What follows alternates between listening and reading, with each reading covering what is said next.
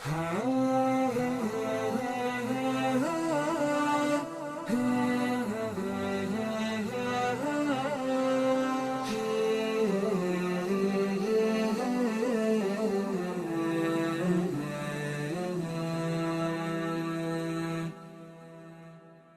لله رب العالمين، وصلى الله وسلم وبارك على سيدنا محمد وعلى آله وصحبه وسلم تسليما كثيرا. تقبل الله منا ومنكم الصيام والقيام، وأسأل الله أن يجعلنا وإياكم من عباد الله الصالحين. أقول يا إخوة هنيئا للأتقياء الأخفياء الذين يحبهم الله سبحانه وتعالى. هنيئا والله لمن يتلمس أحوال الفقراء والمساكين والمحتاجين والأرامل في رمضان. يقول النبي صلى الله عليه وسلم: إن الله يحب العبد الغني التقي الخفي.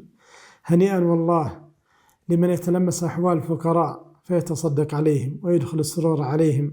والنبي صلى الله عليه وسلم يقول: أحب الناس إلى الله أنفعهم للناس، وأحب الأعمال إلى الله سرور تدخله على مسلم فتطرد عنه جوعا أو تقضي عنه دينا أو تفرج عنه كربة.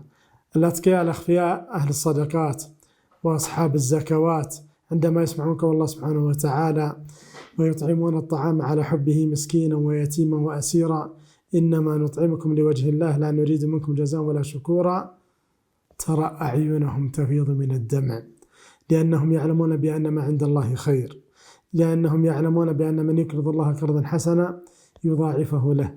فأسأل الله أن يجعلنا وإياكم مفاتيح للخير مغاليق للشر. يقول النبي صلى الله عليه وسلم: الساعي على الأرملة والمسكين كالمجاهد في سبيل الله، وكالصائم الذي لا يفطر، وكالقائم الذي لا يفتر.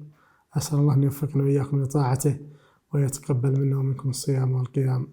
والله أعلم. صلى الله على سيدنا محمد.